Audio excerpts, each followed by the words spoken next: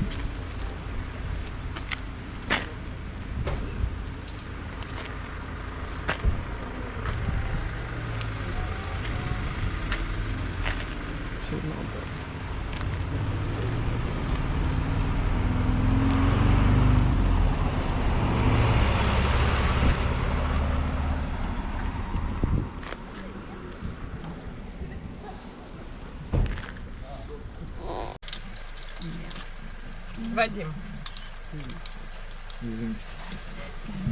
So, friends, right now I will give you such devices. You can put them on your neck, but these electronic tickets, try not to lost till the end of the journey, because we will need them, okay? Good. You can put them to your passports. But the name's very difficult. So, this is your ticket. Thank you. And guys, these are your tickets, but there are your names, so please. So right now we will cross this border and we will make a stop only to use the restroom. It is on your left right now, the white small building with brown roof. And as soon as you finish, just go inside the bus.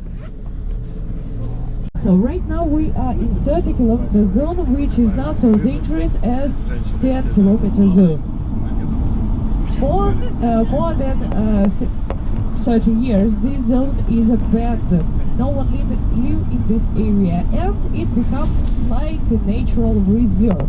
So today you can find a lot of wild animals here, like deer, mooses, foxes, wolves, and lots of others. For example, we have 150 species of birds only, so you can imagine how rich the nature is inside the exclusion zone. And if you see some wild animals from inside the bus, just let me know, we will stop, we will make some pictures, and we will continue our trip. For example, we have mooses who live in the city center in Pripyat.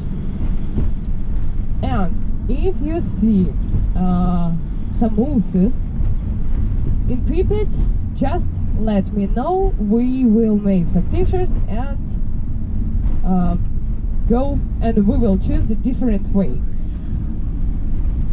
Try not to hug these animals because still they are wild, okay?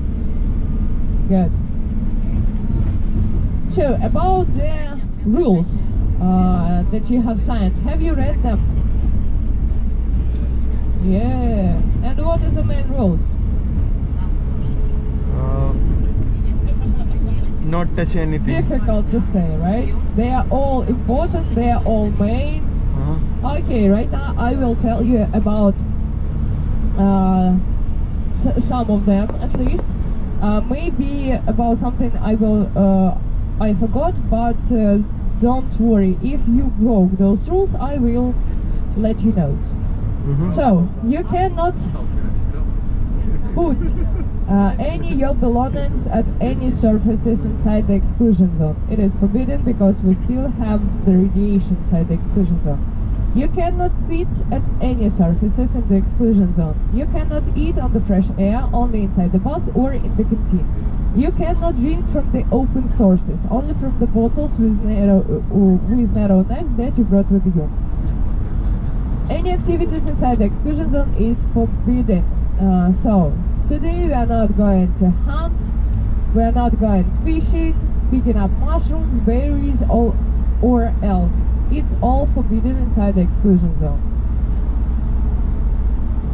We cannot go inside any buildings, inside any facilities inside the exclusion zone. Because again, more than 30 years no one lives in this area. And right now these old buildings are in bad condition. You cannot smoke inside the exclusion zone. We have only 4 places actually where you can smoke. They are all... So friends, right now we are on the territory of village called Zalisya. As I told you, almost 3,000 people live here on the day of evacuation. All of them, they were evacuated in 8 days after the explosion. So right now we are close to the monument to so-called unknown soldiers. Those soldiers that died during the Second World War. But in Ukraine we didn't have the Second World War. We had so-called Great Patriotic War, which was started in 1941 and finished in 1945. And right now on the tables you can find the names of those people, those soldiers that died, and they used to live in the villages in Chernobyl region. So you can come closer, you can make some pictures if you want, if not, you will go. Итак, друзья, подходим ближе. А то уже началось. Я хочу туда, я хочу туда. Как я уже сказала, это не совсем будет обычная кухня. Дело в том,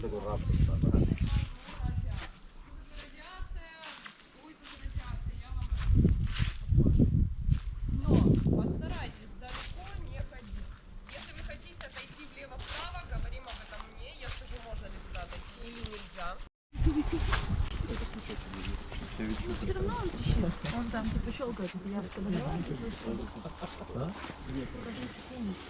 Хорошо, так как наши иностранцы не хотят подходить ближе, расскажу еще про село. Село для своего времени было довольно современным, потому что, если обратите внимание, мы сейчас идем с вами по асфальту. Как я уже сказала, улицы здесь не чистятся. Вся та земля, которая напала сверху, это листья, которые перегнивали более 30 лет, и сейчас это почва. Но раньше здесь был асфальт и даже брусчатка. То есть, как видите, для своего времени село было довольно современным. Потому что даже сейчас не везде можно найти асфальт на территории украинских сел. Здесь были и магазины, вот один из них сейчас слева от вас. Здесь был небольшой медицинский пункт, несмотря на то, что город Чернобыль, где была больница, находится всего лишь в нескольких километрах отсюда. Здесь также была школа, были советские колхозные сады, фермы, то есть тут было все, по сути, что нужно было советскому жителю для существования. Здесь даже был дом культуры, который сейчас будет находиться справа от вас. Вот он. Большое белое здание. Село начало строиться в конце 50-х годов. Поэтому, как видите, даже для конца... This used to be a village hall. If you want, you can come closer, look through the windows, and you can see still some Soviet propaganda. But we cannot enter inside this building, as I told you.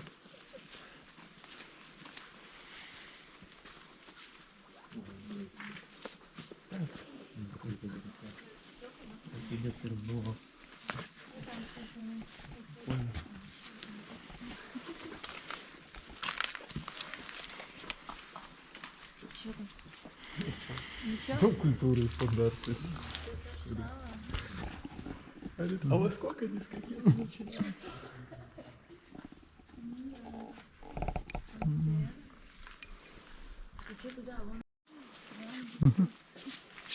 Okay, so this village was quite modern for... Is it interesting for you guys? Very interesting, that's why we Very came here. interesting, because I told you come closer, but you're on a distance. So we have a lot of wild animals inside the exclusion zone. This is one of them, actually. Как я уже говорила, у нас много диких животных в зоне отчуждения. Это как раз один из них. Возможно, это был лось или олень. Сейчас уже сложно сказать. Вот, но это то, что я вам говорила, они здесь есть. Если вдруг мы сегодня никого не увидим. И, конечно же, много грибов. Что? Наскільки великий шанс їх побачити? Не мертвим. 50 на 50. Это зависит, я даже не знаю, от чего зависит. Даже, да, от них, как они там мигрируют, ходят. Иногда можно увидеть, иногда нельзя увидеть. Иногда... Часто попадалось? Да, часто. Один раз даже лося видела, дважды видела лося в центре Припяти. Ну да, я вот год работаю, вот 2 я уже не видела. Все может быть. So friends, this village was built in the late 50s, but for those times it was quite modern village because, as you can see, the roads here, they are made of asphalt. Even now in some villages in Ukraine you won't find an asphalt, actually. And here they had the central heating, the canalization as well, but usually in Ukrainian villages you will find like summer toilets, summer restrooms outside the building, and that's all. So here it was a very good place for living actually, and they had animal collective farm and collective gardens. So this place was perfect for the Soviet citizens. And on your left right now you can see what is left from the private cars inside the exclusion zone. This one of them only. During their evacuation, military told people that they cannot leave the exclusion zone, so they cannot be evacuated on their own cars. That is why all the private cars, they were left inside the exclusion zone. Because people, the military need to count how many people leave the exclusion zone. So this only one of them. Итак, слева это машина, которая была оставлена здесь.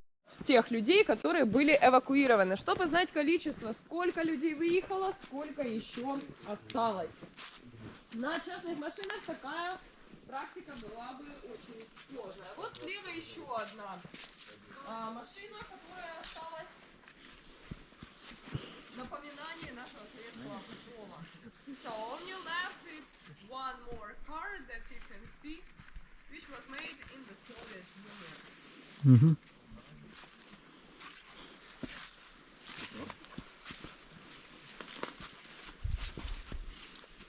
So where these people went?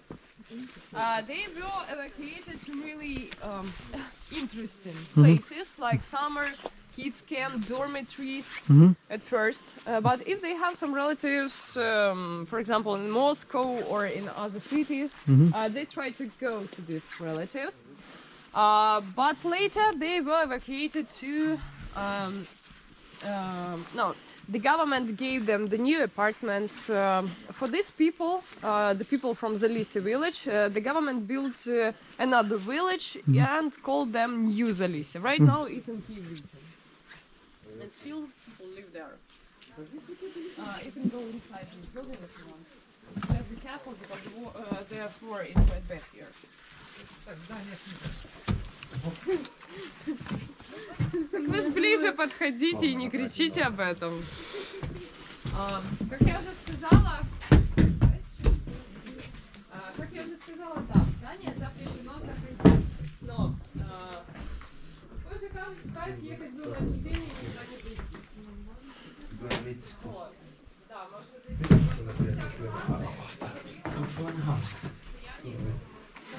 Laita hauskat sitten sun taskuun. Saa sen näin.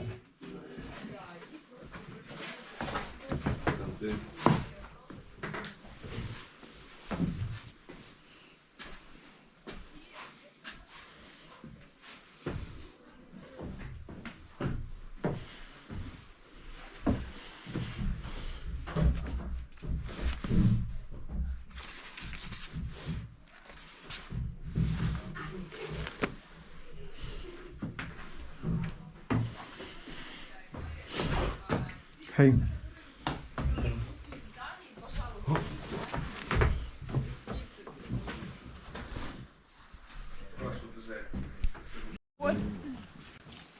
Watch your head.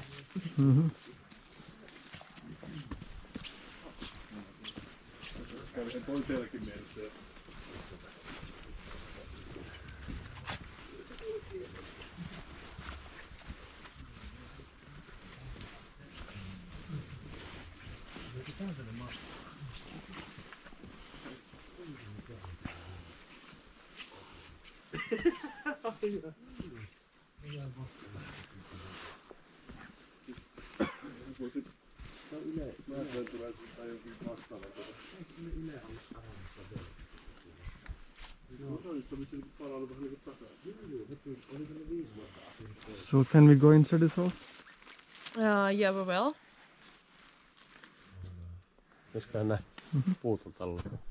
Two or three persons. Why? 2 or 3 persons because the space inside quite small. So please. Итак, можно будет зайти в это здание, но по 2-3 человека, потому что там очень мало места внутри.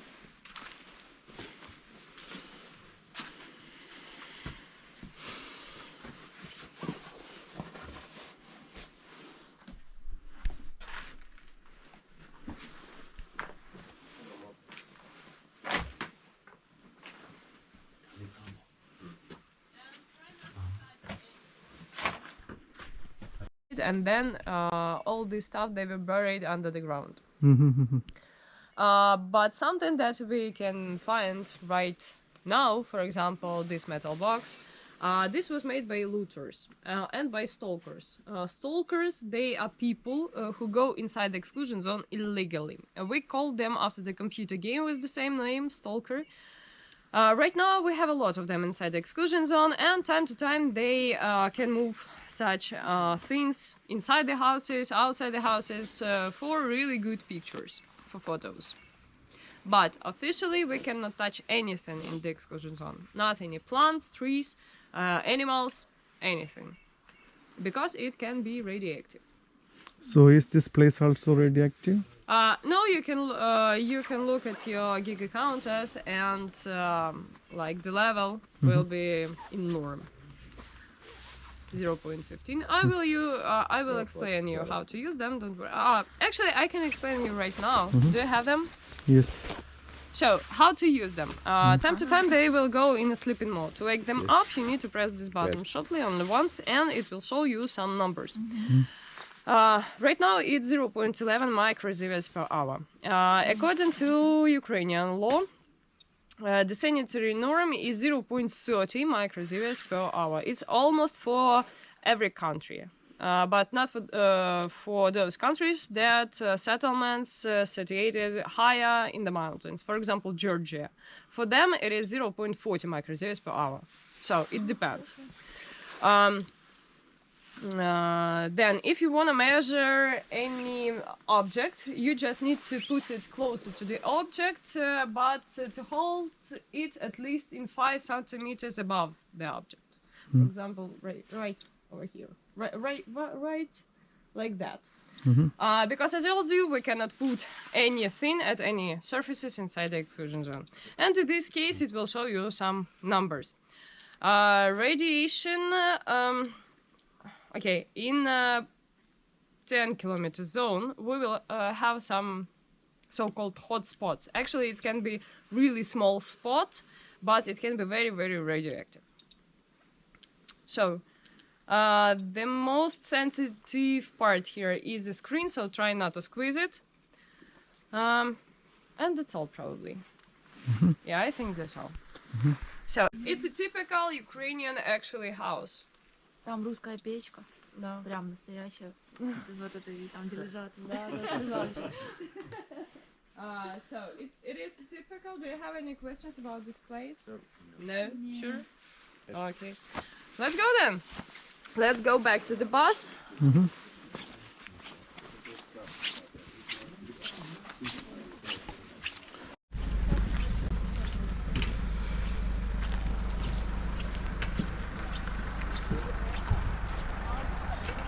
Be careful.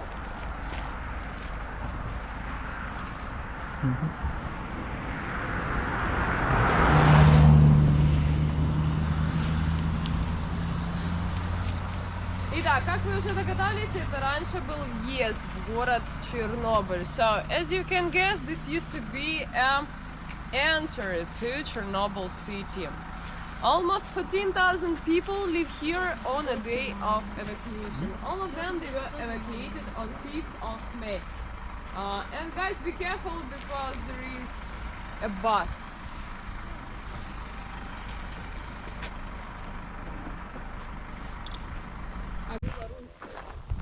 Можете пройтись, но буквально недалеко, потому что с обратной стороны подвижки другого цвета.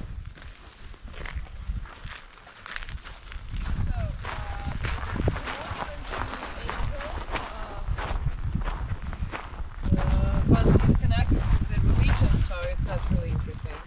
And this is the map of Chernobyl region. I told you that right now it's no longer exists. It stopped its existence in 1986.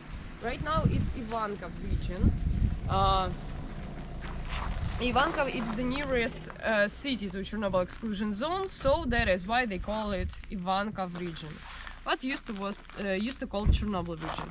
And behind this map you will find the alley with the tables with the names of those cities and the villages that were evacuated after the explosion.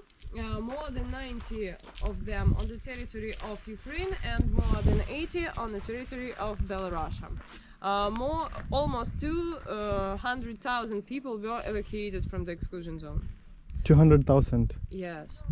So you can come closer to these tables. You can make some pictures because from the other side they are different colors.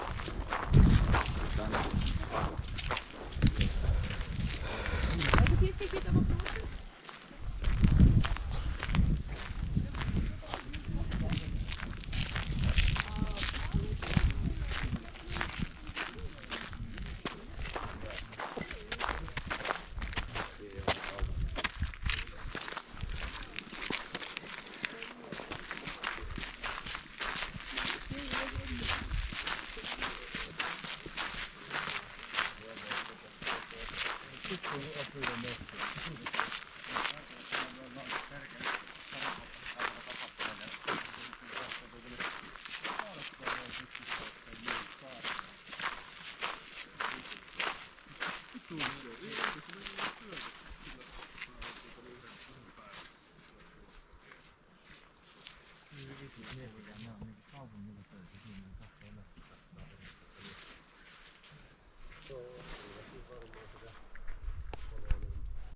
See that inside the exclusion zone is automatically radioactive waste.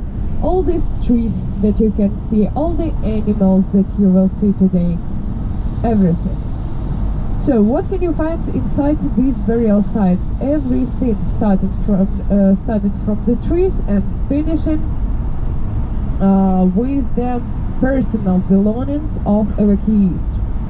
And we always will have the official and non-official data inside the exclusion zone. So, according to official data, we have 100 burial sites inside the exclusion zone. But according to non-official data, more than 1,000. According to official data, we had 600,000 liquidators, but according to non-official data, we had 900,000 people. So, as you can see, the numbers are big, very, very big.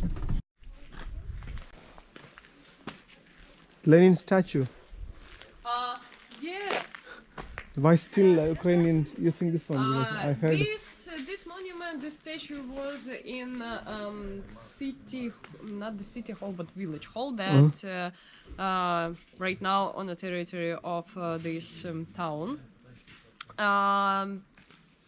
It was just brought here for pictures, and that's all, because we cannot go inside any buildings. So they decided to put it right over here. But I heard, I think the Ukrainian against Lenin. Right now, yes. In 2014, we had so-called decommunization in Ukraine. Decommunization. Yeah. Means no more They communism. destroyed all the monuments to Lenin, but this decommunization did not touch Chernobyl because everything here stopped in 1986. Okay, means the government itself decommunized. I mean, 2014. The government decided. 2014, they were actually people who started to destroy the monuments to Lenin. And after that, we had so-called decommunization. By the government or people? Yeah, the government. The people start it first, and then the government decided to rename all the names of the streets, the Soviet names of the streets. To Ukrainian name. Well, yeah.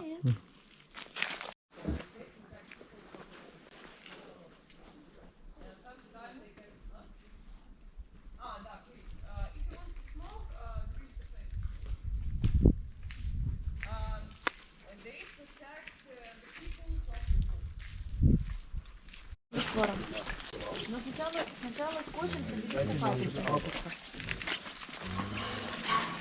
Скажи маме, пусть возьмет скотч. И скотчем типа все эти ошметки пособирать. А потом надо слабым раствором марганцовки промыть много раз выделить скотч. И открывайте окна.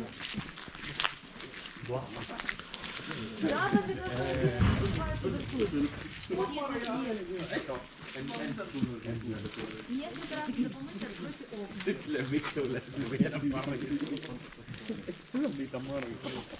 Папа, марганцовкой мыть, ну-ка быстро под холодильником и помойте потом окна. Все, пока. По градусникам бьют.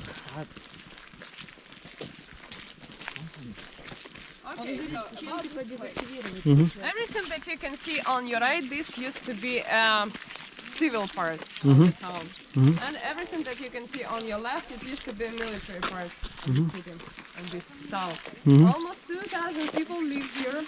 All of them, they were evacuated on 27th of April 1986, the same date when the people from Pripyat also was evacuated. So this part of How this place appeared actually during the Soviet time. yeah.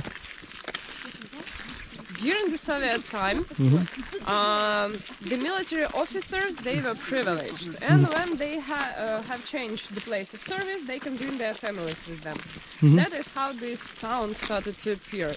These military officers started to bring their wives, their children to this place, and the government decided to build like a part of the town for these families. And in civil part you can find 5 9-storied buildings with apartments, dormitories, village hall, school, kindergarten, post office, some shops, like everything that people need for the living actually. But this place was closed. It was closed military town.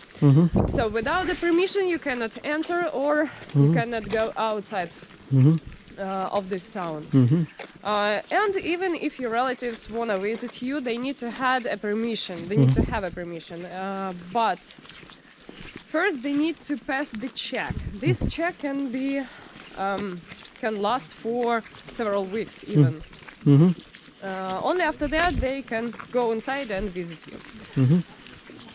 During the Soviet time we had a lot of such closed towns, actually military towns. After the Soviet Union collapsed, some of them were opened for the tourists, for the for the visitors. Some of them still closed. We have some of them on the territory of Russian Federation. Still. So yeah, probably that's all. And about this antenna. In the Soviet Union we had 3 such systems. The first one was built in Nikolaev. It's in south of Ukraine. But it was built in a test mode.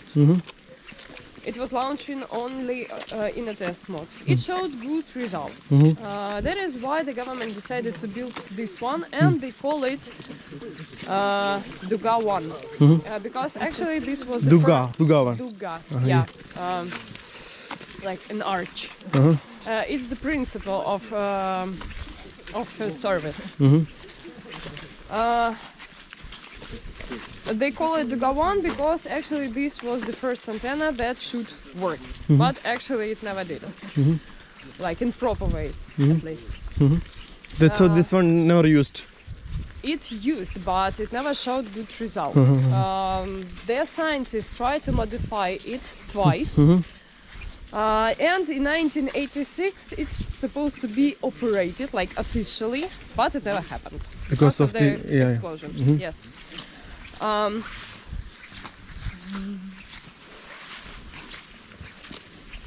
So who was the chief scientist? Is it Sergei Korolov also worked on it? No, I don't remember actually.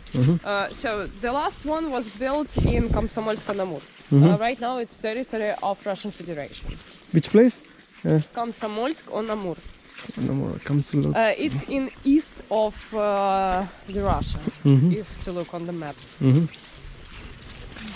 The eastern part.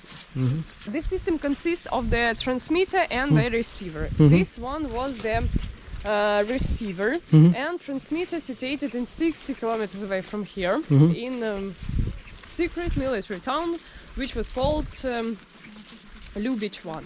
Can we go there also? No, it's far away from here, but this place is closed still for the tourists. This was opened only because we have a lot of tourists inside the excursion zone. So that is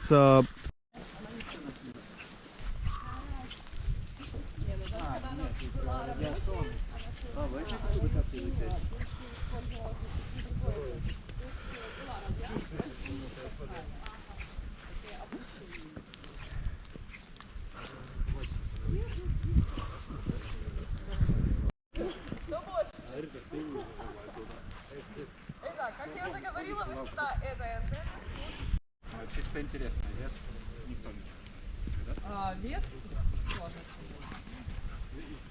Кстати, будьте аккуратны, потому что они здесь сбивают с ног. Когда дорога. 130 meters high. And the length of these 2 antennas almost 750 meters. 750 meters. Yeah.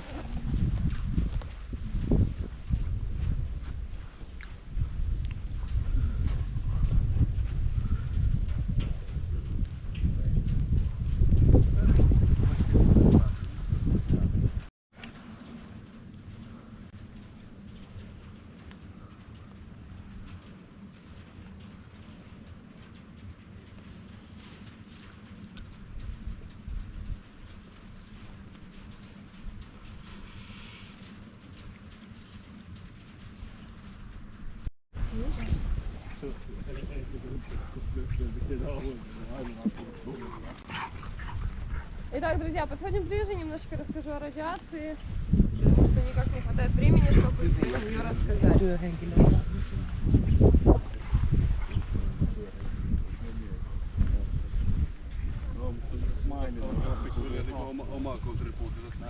Так, ребят, подходим ближе.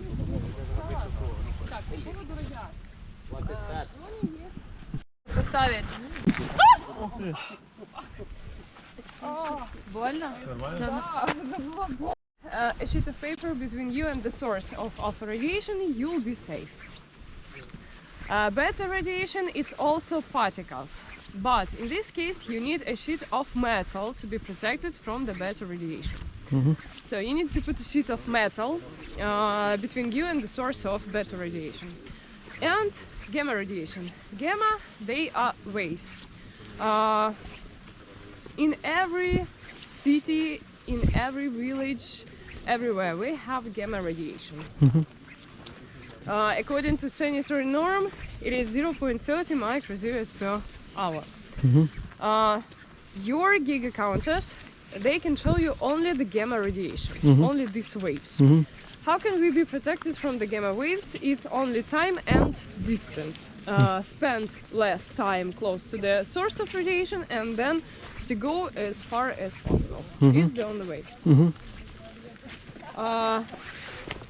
But I told you that inside the exclusion zone we still have beta radiation. The beta radiation will show us the frames. At each checkpoint we will have a contamination check. And actually we need to go through the metal frames and they will show us do we have any beta particles on our body, on our clothes actually, or not. If not, it's okay, you can go. If they find something, everything depends on a place where they find it. Usually it's your shoes. Actually, in this way it is enough just to wash them. At each checkpoint we have a special like some bag. Washing bay. Yeah, washing base where you can wash your shoes. And usually it's enough. Usually, yeah. It depends. That is why I told you to stamp your shoes before they inside the exclusion zone. In 10-kilometer zone it's the moss and mushrooms. So try not to step on the moss and try not to eat the mushrooms. Oh no. We'll do our best. Yeah. Okay. Can't quarantine the robot. Итак, самое радиоактивное, что есть в зоне отчуждения, особенно в 10-километровой зоне, это...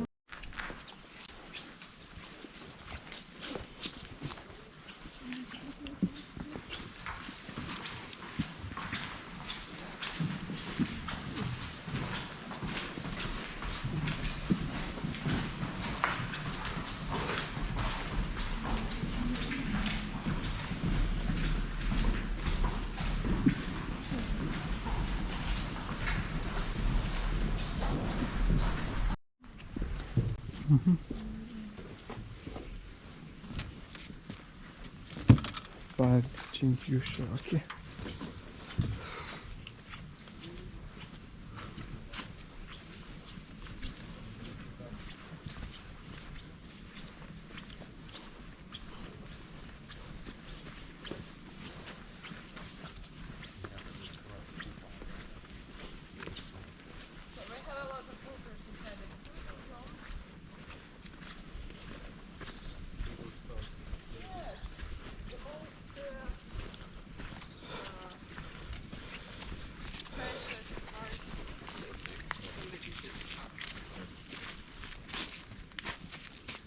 this normal way in Finland. Oh, really? Yeah.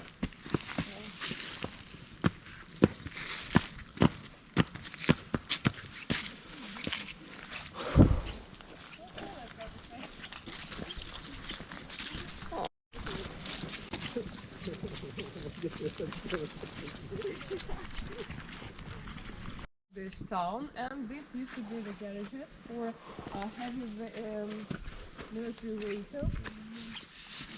And again, a lot of scrap metal. Сейчас мы с вами находимся на территории военной части городка.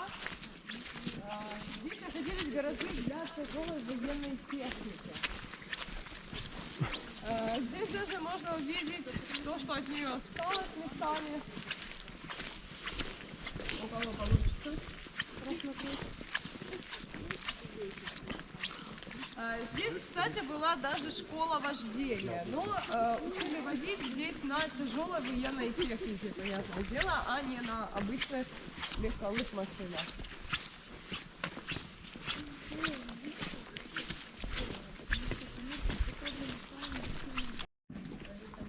А что вам написано? Вон там А нефрит растворитель, реально, обычные вещи написаны. Не, надо же вытащить.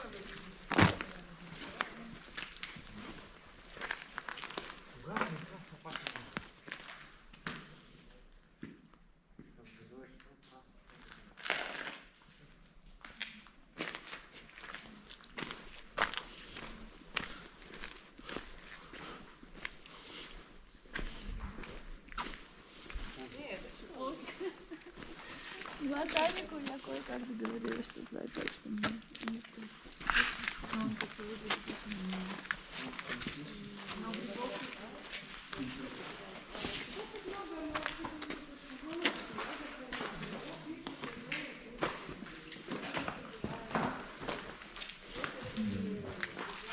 интересные наблюдания. Пускаем такие.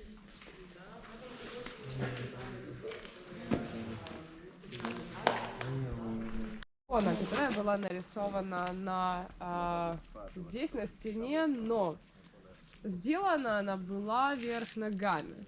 Возможно, люди, которые здесь работали, да, это были военные, боялись, что если сюда заберутся какие-нибудь американские шпионы и найдут карту, посмотрят на нее, то они не поймут, где что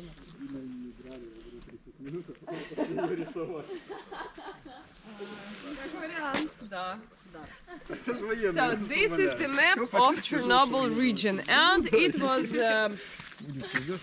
upside down. Probably the people who worked here, they were military, and they were really afraid of American spies. And in this case, if any spy can get inside the Chernobyl town and will look at this map, for example, he won't understand where the Pripyat is or where the Chernobyl nuclear power plant.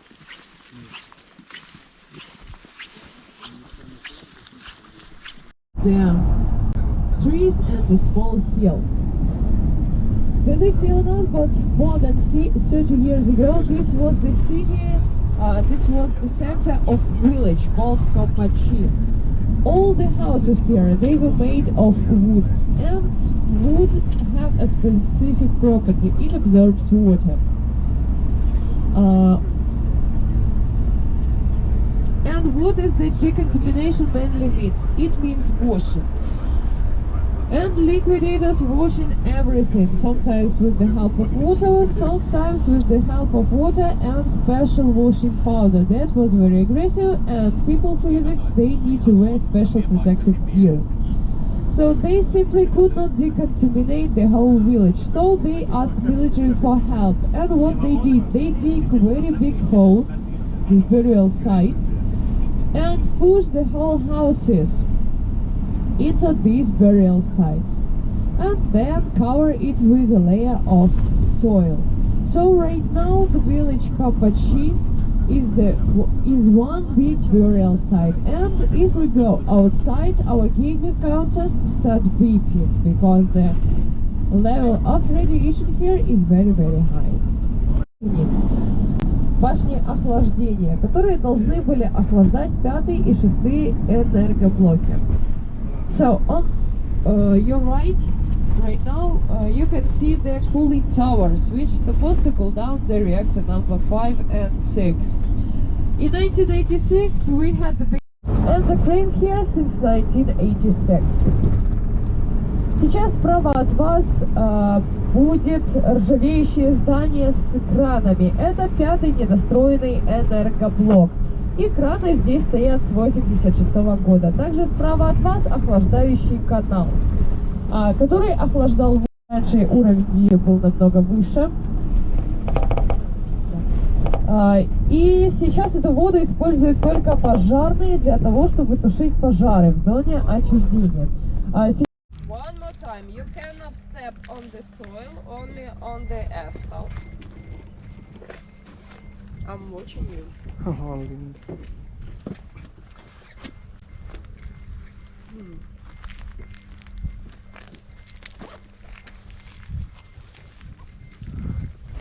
And if you look on your Giga counters, they will show you that the radiation a little bit higher already. So, according to the sanitary norms, I told you that is It's already 0.49. 63 now. 67. Can you give it to me? Try not to press this button, because in this case you can switch them off, and in the end of the day they won't show you how many radiation did you receive during the day. So now nothing showing.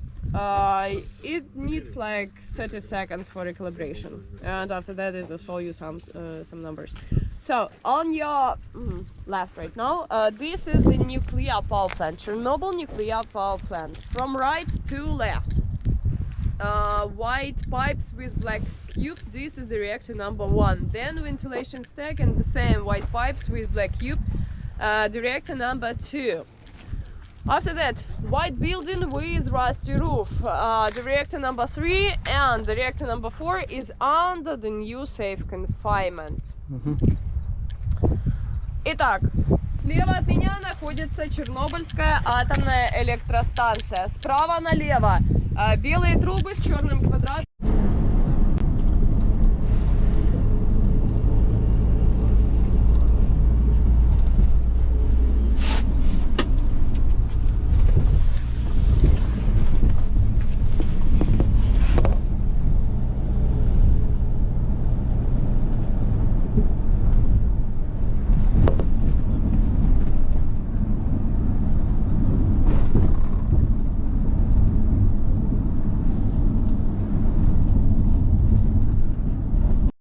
Изображена рука ликвидатора, которая держит мирный атом, и лошади Пржевальского на заднем фоне, которые стали символом. We called it mural.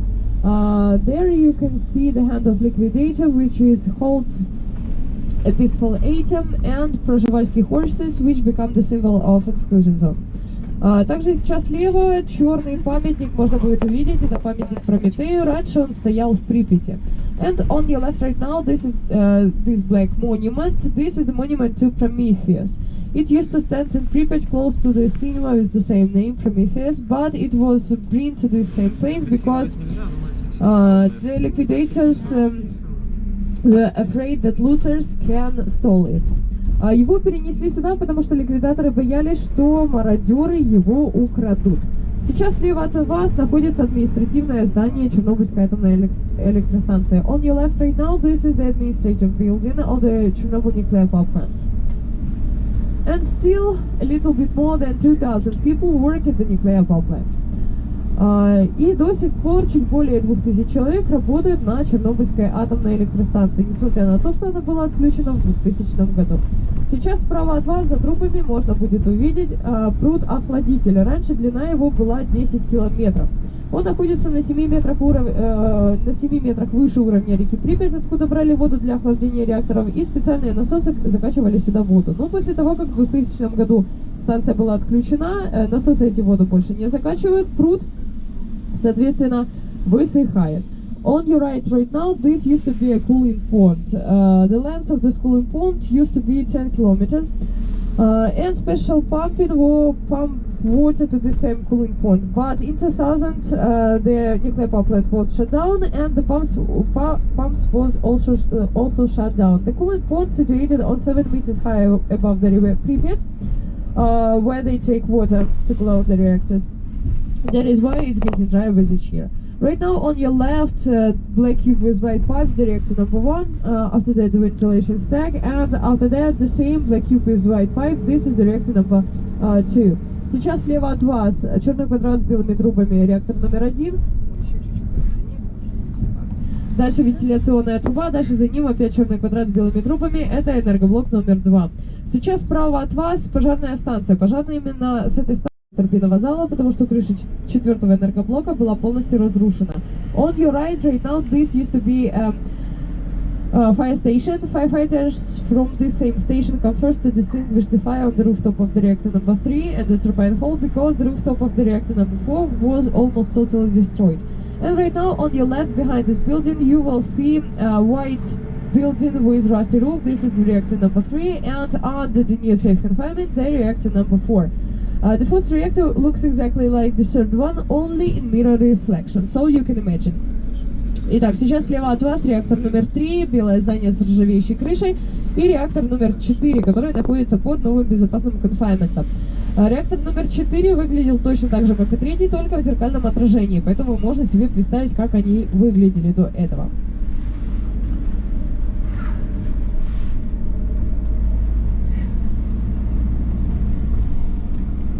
На территории ЧАЭС установлены солнечные панели, через забор можно будет увидеть, кто знает, как они выглядят с обратной стороны. Дело в том, что там даже есть проект по зеленой энергии, наверное, все об этом слышали. Вот установили несколько панелей в пробном режиме, посмотреть, как же оно будет работать. Кстати, сейчас слева от вас находится высокое серое здание. Это хранилище отработанного ядерного топлива мокрого типа, что является стратегическим объектом, а за ним желтое здание с белой крышей – это хранилище ядерных отходов. Фото и видеофиксацию этих объектов запрещено делать. On your left right now, this is the storage of spent nuclear fuel of wet type. And after that, the yellow building with white roof, this is the storage for radioactive wastes. We cannot make any pictures or videos of these objects. So right now we will go outside. I will show you the direction where you can make some pictures and videos, and we will spend approximately 10 minutes here. Сейчас мы выйдем наружу, я вам покажу направление, в котором можно делать фото и видеофиксацию, и здесь мы проведем не более 10 минут. Итак, фото и видео можно делать только в направлении памятника и нового безопасного конфайнмента. Несколько фотографий, чтобы видим. Итак, вот как выглядел 4-й энергоблок до аварии. Вот он сам 4-й энергоблок, сейчас мы смотрим на это 4-й энергоблок.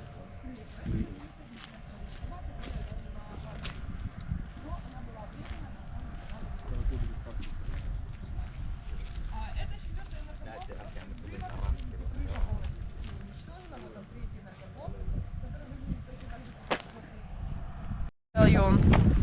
all the same, but only in English. So this is the first reactor before the explosion. Right now we are looking at this side of the first reactor. And the famous ventilation stack, it was cut down into 6 pieces and buried inside the first reactor after they moved the new safe confinement. And this is the first reactor, this one, the first reactor, which ruined after the explosion. This picture was made after the explosion. This is the third reactor. They look exactly the same. Used to look exactly the same. And as you can see, the rooftop of the first reactor was almost destroyed. And during the high levels of radiation, people could not work on the rooftop. That is why the government sent the robots on the rooftop. So they're supposed to clean the radioactive debris from the rooftop of the reactor number 3 in the turbine hall. They all were hand manipulated, and they all had wires. such machines could not work during such high levels of radiation. These wires, they simply burned. That is why the government decided to send so-called biorobots. Actually, they were people. And from the ammunition, they had the rope with some sheets of metal on it. They did it by themselves. And the weight of such ammunition was approximately 30 kilos. In the beginning, they can spend only 1 minute on the rooftop without getting lethal doses of radiation. So for 1 minute, they need to go upstairs on the rooftop, then clean some radioactive debris from the rooftop, and then go downstairs, everything with extra 30 kilos on them. The work was unimaginary, but still in 7 months they finished the building of the shelter. This was the first shelter. These metal constructions appeared after it started to collapse. This shelter was built pretty fast. It was made of metal constructions and concrete, and started to ruin also pretty fast. For example, on the rooftop it has very big hole through which even birds can fly. So it was quite terrible, and the radiation was again very high here. So the government of independent Ukraine decided that they need to cover this somehow, and they decided to build this new safe confinement.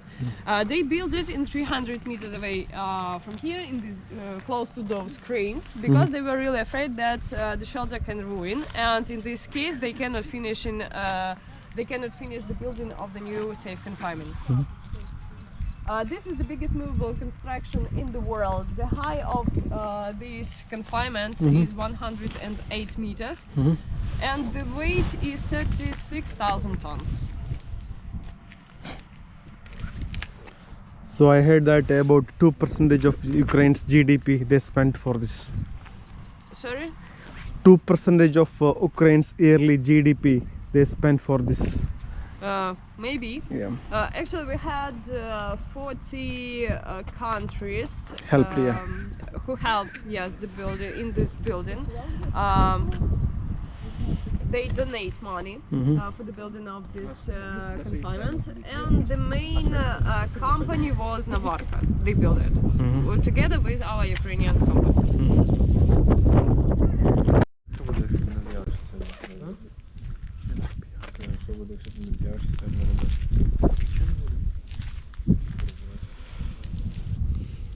Решили не выходить? Ну, немножко. And in 2 weeks these trees, they simply died. So liquidators cut them down and buried them under the ground. That is why right now the radiation in the ground is higher than on the asphalt. Where is the red forest? Right over there. So after the All the explosion, trees right now that you can see, they were all rebirthed. So right now you won't find any tree from this red forest, because all of them, they were cut down. And if you want to check why we cannot step on the soil, I can show you it. Who is the bravest? Follow me. Who has the dosimeter? Okay. Just follow me, I will show you why we cannot step on the soil. Итак, кто хочет посмотреть, почему нельзя ходить по земле, и у кого есть дозиметр, прошу. So you can measure the level of radiation, for example, of the asphalt, because you need to put it closer, but not touch the earth. Yeah. So 0.46, right? Yeah. Померили? Нет, я просто посмотрела, сколько снимет. And right now you can measure the radiation, for example, in this place.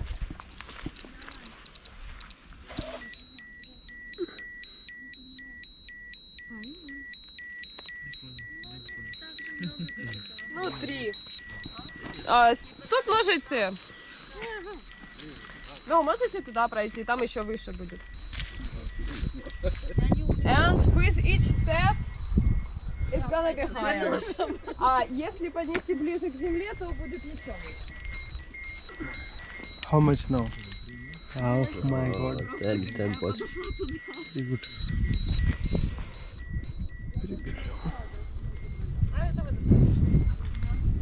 Надо отваливать. Как я уже говорила, да, как можно спасти, провести как можно меньше времени, потом идти как можно дальше. Лучше, да, подошву промыть в воде. Подойти к автобусу, он нас будет ждать на другой стороне города. So, as you may guess, right now we are inside the city, Pripyat. And behind the trees you can see abandoned buildings. Almost 50,000 people live here on a day of evacuation. All of them, they were evacuated in 36 hours after the explosion. And all this time they live here and they will irradiate themselves. So here we will spend, here we will have the longest walk of the day, more than 1 hour, 1 hour and a half. So take everything that you need for this 1 hour and a half, because the bus will wait us on the other side of this city. Okay? Good. And be ready to hop off the bus. Может быть очень высокая. Поэтому тут, если хотите отойти влево-вправо и так далее, говорите мне, я вам скажу, можно это сделать или нет. Старайтесь держаться поближе к группе и не потеряться.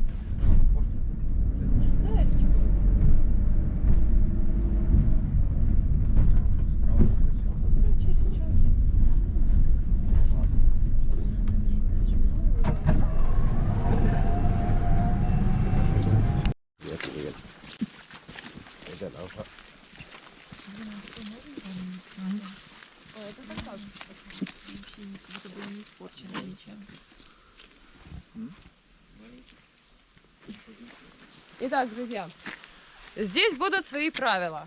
Я дам вам время, можно будет...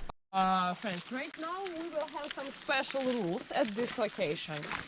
I will give you some time, you can go around, you can make some pictures, but do not touch anything, do not sit at any surfaces. And there are some bumping cars. Do not step the fence with these bumping cars because there are a lot of moss. It's very radioactive. Even if you come closer to the fence, it will be radioactive. Okay. So be very careful. I will wait you on the other side of the square. Okay. I think 10 minutes.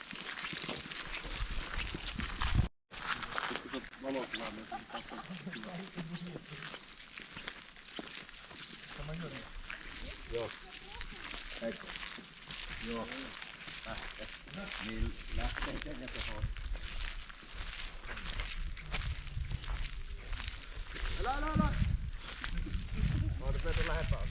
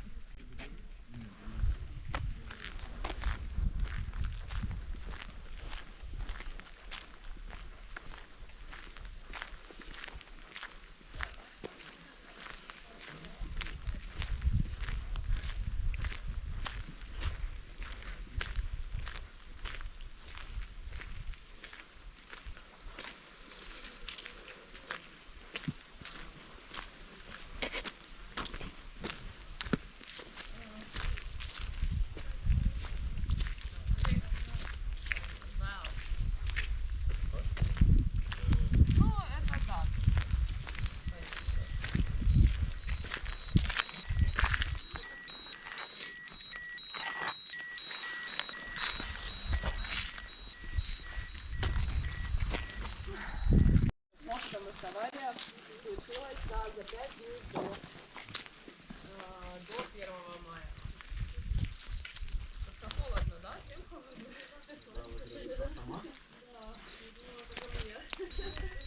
Оп. Вчера вроде и так же было, но...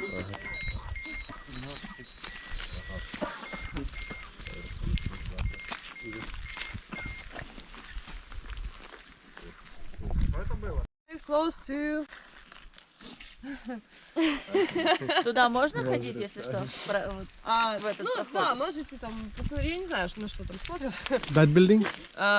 Close to one of such buildings. It was made close to Yeah, I think that building. one of the 16-story building.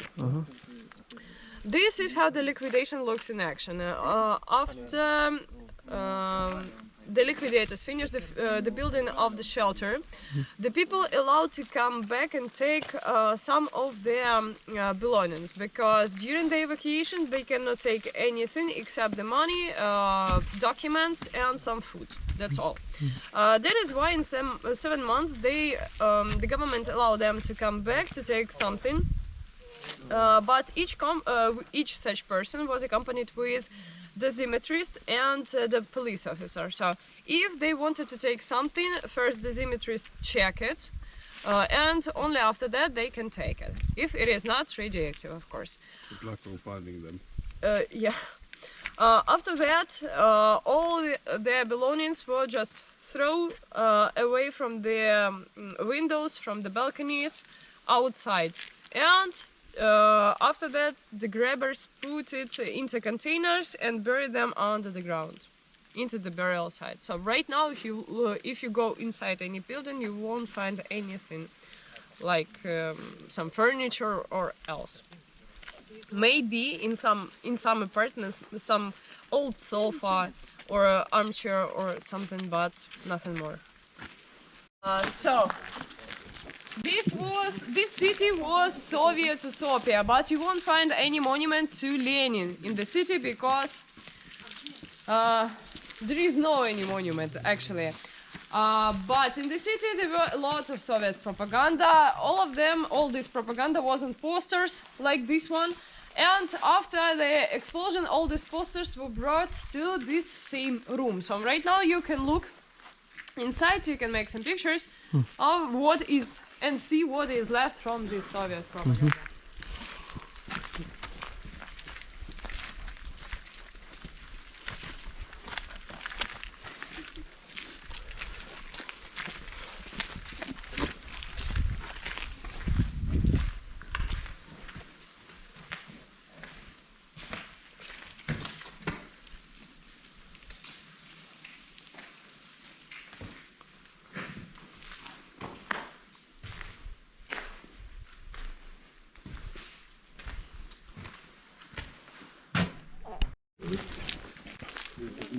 And on your right now, this used to be a restaurant with fancy name. Restaurant. What is the name? Restaurant. It is written restaurant. Yes. Peko. It's Soviet logic. Peotopati.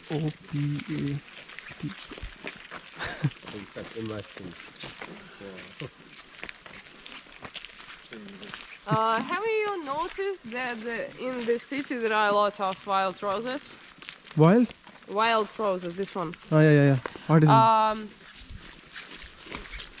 The administration of the city plant 30,000 bushes of roses, but they wanted to plant 50,000 bushes of roses, like one bush per each person who living inside the exclusion zone in Pripyat city. And right now we will go to... What is this actually? This is eating fruit or No. Well, actually, yeah, but not inside. this can be... okay. I'm not eating, I'm asking. Yeah. This is eatable. And right now we will come closer to one of the quite interesting places in Pripyat, to the supermarket. It was actually the first supermarket that was built on the territory of Soviet Ukraine. First supermarket, this one. This one. Oh my god. Итак, почему же здесь много роз, много шиповника? Если за розами не ухаживать, они превращаются в шиповник. Раньше здесь было посажено 30 тысяч кустов роз. Планировалось посадить 50 тысяч. Ну, один куст на каждого жителя.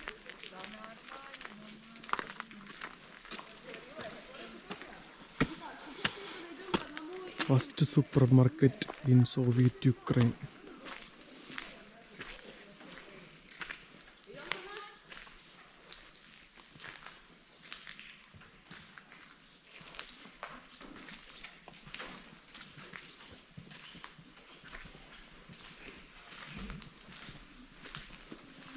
So during the Soviet time, we had the lack of everything, the lack of products, TV sets, radios, everything. Like you have enough money, but you cannot buy anything because the shelves in the shops, they were empty. But here in Pripyat, it was everything was okay with this because the nuclear power plant produced 15% of the whole electricity of the Soviet Union, so quite a big amount of energy. That is why they had supplies, very good supplies. And people from Kiev and from Belarus started to come to this place only to buy some products, some TV sets, radios, and else. And big queues starting to appear in the supermarket. So the administration of the city decided to build two separate shops for people who come from Kiev and from Belarus. Итак, в советское время у нас был дефицит, обеспечение здесь тоже было хорошее. И сюда начали приезжать люди из Беларуси, из Киева, чтобы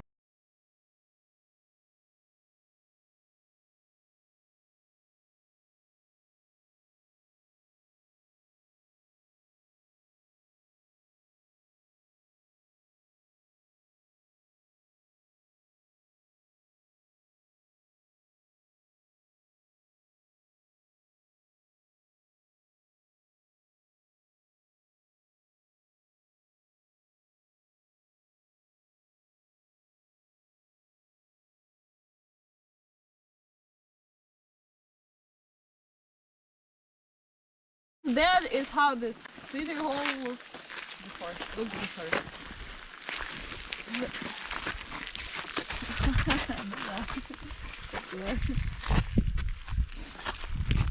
This was the main building. This was the heart of the city, because in this building you can find small swimming pool, small theater, library, 2 gyms, and many other things.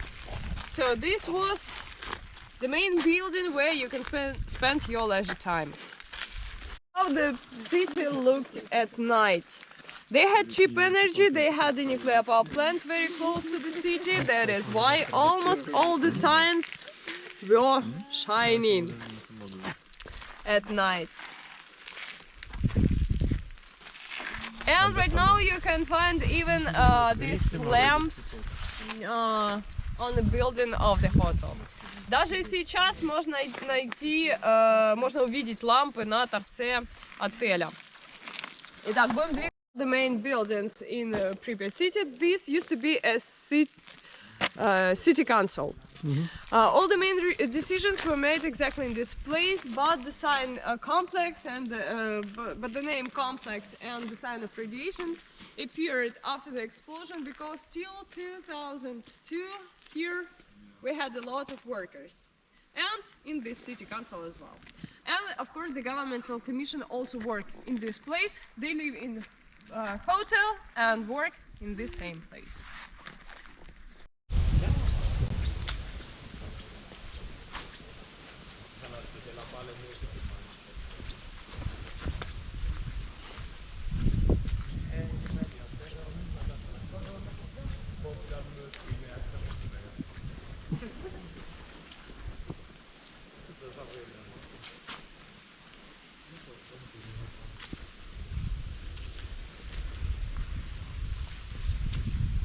So, looking at these mosaics, who can tell me what was it?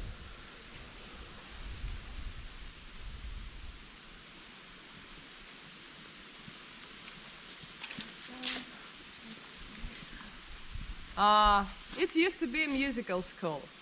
On your right there are some drums, and in the middle the parts of organ. This mosaics was made by the Soviet architecture. His name was Ivan Litovchenko. He lived in Pripyat for 12 years only to create such works. Around the city you can find only 5 of his works, but they are such big. And even you can find even in Kiev some of his works. Итак, мозаика. Это, во-первых, была музыкальная школа.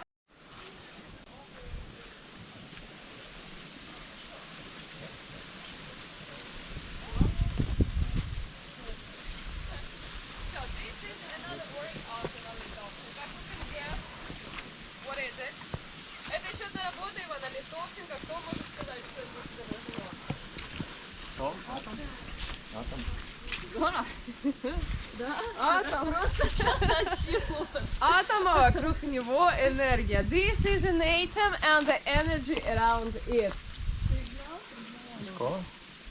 Нет, это был кинотеатр, который назывался Прометей. Давайте подойдем немножко сюда.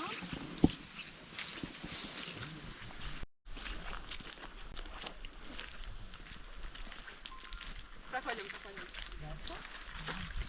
У меня есть интересное фото. Как эта улица выглядела раньше? Ого. Вот оно, это КБО. So this is the repairing facility, right over this one, actually, and this is how the street looked before. Guys! My God. This Да, здесь become like была this. дорога, и здесь была вот эта полоса и полоса встречного движения. Точнее, наоборот, мы на встречном. Мы сейчас на ней. Мы стоим вот здесь. Вот здесь, да. Да, вторая была с той стороны. Right, we are standing right over here. Right over here. И на горизонте это был Ричпорт. Развязка здесь. One of the first facilities in the whole Pripyat. because the engineers started to come to this place together with their families and together with kids, of course. And they need to study. So this school was built first and started to ruin also first. It collapsed twice already, the first one in 2007 and the second time in 2012. This is the main reason why we cannot go inside any building, because we don't know in what conditions they are right now. But this collapse saved her from the looters. And right now, if you look through the windows, for example, you can see still some desks with books and the exercise books on it. Just be careful and watch your steps. And try not to touch the windowsill. Постарайтесь не дотрагиваться до подоконника.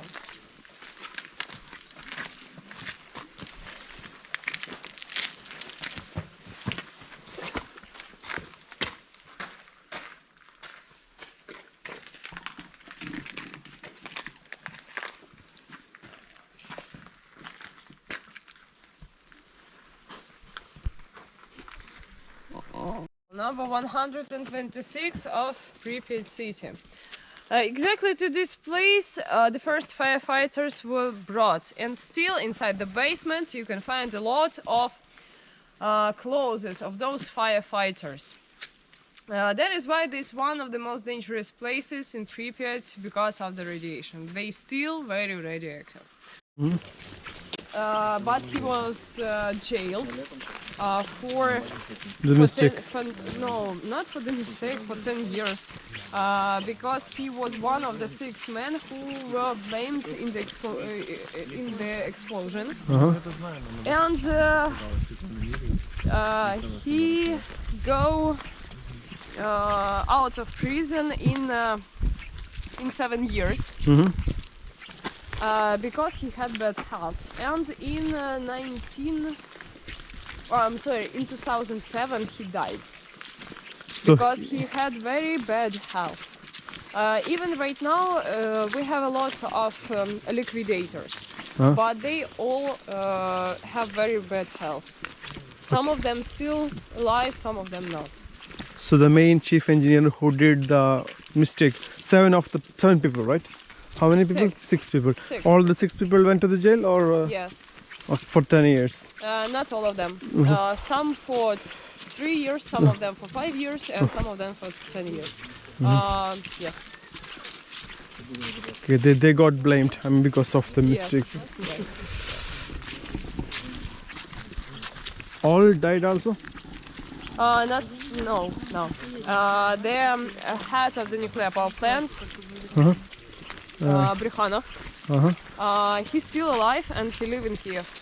Kiev. Yeah. He had 2 heart attacks already. How old he? I don't remember actually, more than 80 probably, something like this. I don't remember really, but he has very bad health, and he do not like to talk about the nuclear power plant, about the Chernobyl. He don't want to. No, because it is very actually it is very difficult to people to talk about Chernobyl, even for the liquidators, because even for the more for the heads, the head of the nuclear power plant, the head of the liquidation processes, because they actually send people to die on the rooftop, to clean the debris, anything. That is why they don't want to talk about it. But they still they had how does it call in army? They get a permission from the higher authorities. That is why they didn't have any choice actually. But still. So this is the cafe called Pripyat. People who live here, they told that they had best ice cream in this same cafe. Кафе Припять. Да, люди, которые здесь жили, говорили, что именно здесь они пробовали самое вкусное свое. Припятской нормы. Чернобыльской. Итак, это советские автоматы с газированной водой. Ну, я думаю, многие знают, многие видели, не нужно объяснять. Да. Итак, сейчас мы будем спускаться ближе к речь-порту, но старайтесь держаться середины ступенек. Но будьте очень аккуратны, потому что они скользкие. So, try to go in the middle of the stairs, but be careful because they are slippery. Can we go this side also? We won't go there.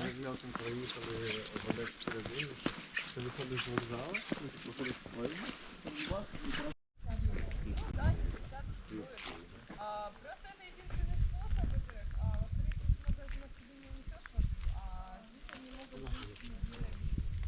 Ну, то неделю, там, 5 дней, 7 дней, то 2 недели, если их не поймают, то да, по-разному. Ну, это своего рода Симпатично. Bila.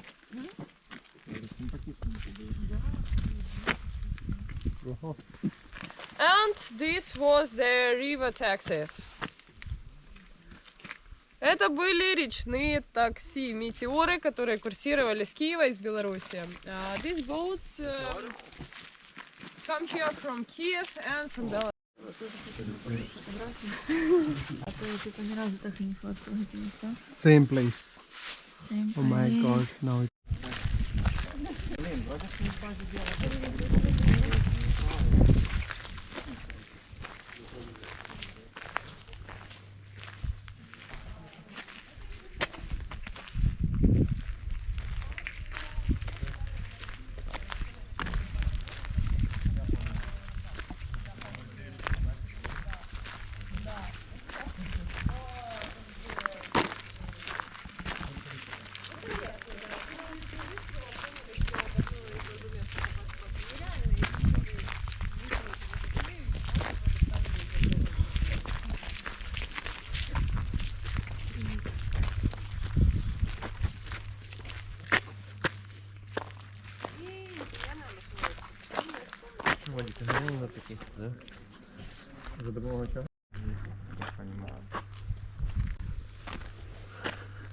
Вообще, изначально машины использовались для заваливания леса.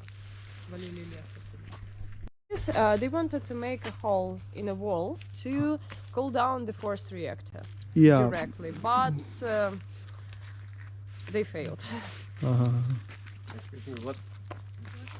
So this machine, this vehicle used for making the hole, the liquidators tried to make a hole in the wall of the force reactor to cool down the reactor. But it was very difficult with the help of this thing. That is why they decided not to do this. make anymore. tunnel. Yes. And they leave these vehicles just like this because it become radioactive waste. How radioactive testing? You can check it by yourself, but not really high. And this vehicle, yes, they use for Tunnel? for cleaning and for burying the whole villages under the ground with the help of such vehicles. They move the whole houses, these wooden houses, to the two big beaches, and after that cover with the layer of soil. But this one is quite radioactive.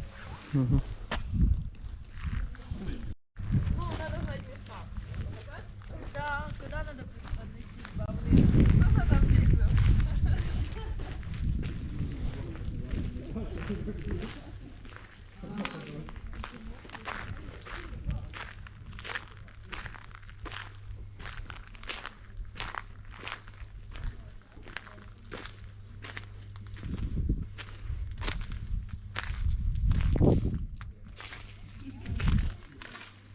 Ой-ой-ой, я убегаю. Мне уже хватит на сегодня, я подзарядилась. Я так каждый тур подзаряжаюсь. Ну да. А еще что-то такое, которое будет тоже. Вот еще там будет радиация. Тут раньше был дом, ну и вот свет. И, как я же говорила,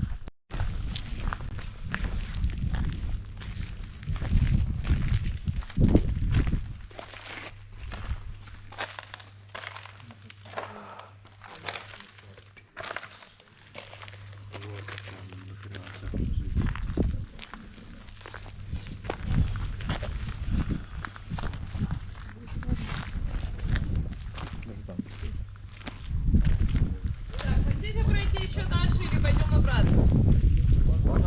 Потом пусто.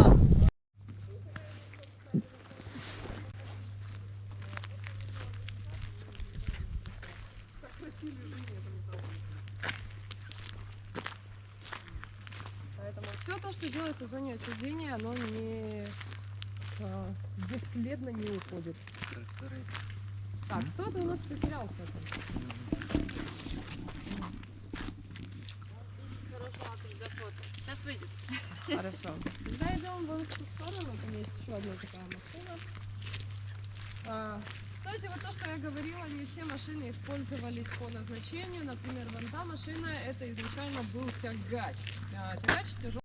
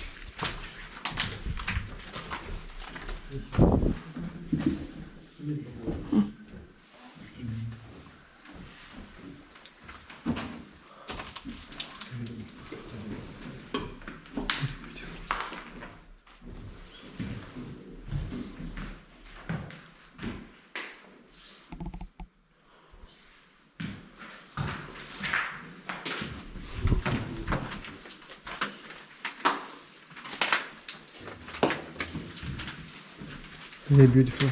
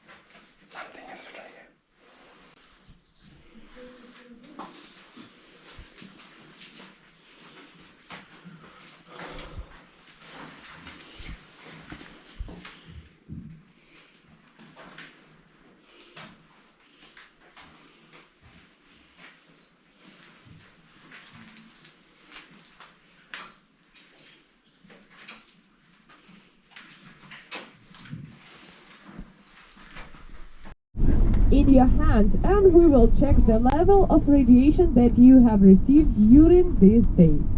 А сейчас возьмите свои дозиметры.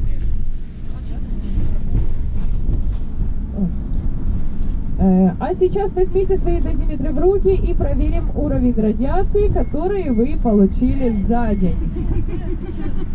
Oh my god, what happened? What happened? It's showing What radiation do you have? 7? Показывал 6 у меня. Ну, они разные приборы, поэтому показывать будет по-разному. 6 там что-то с фонтана. Я выключила, потому что О, 4,79. Нет, 4,41. Вот, даже нет, оно все меньше и меньше становится. Давай, организм, работай. Да, и еще чуть-чуть и придет в норму. И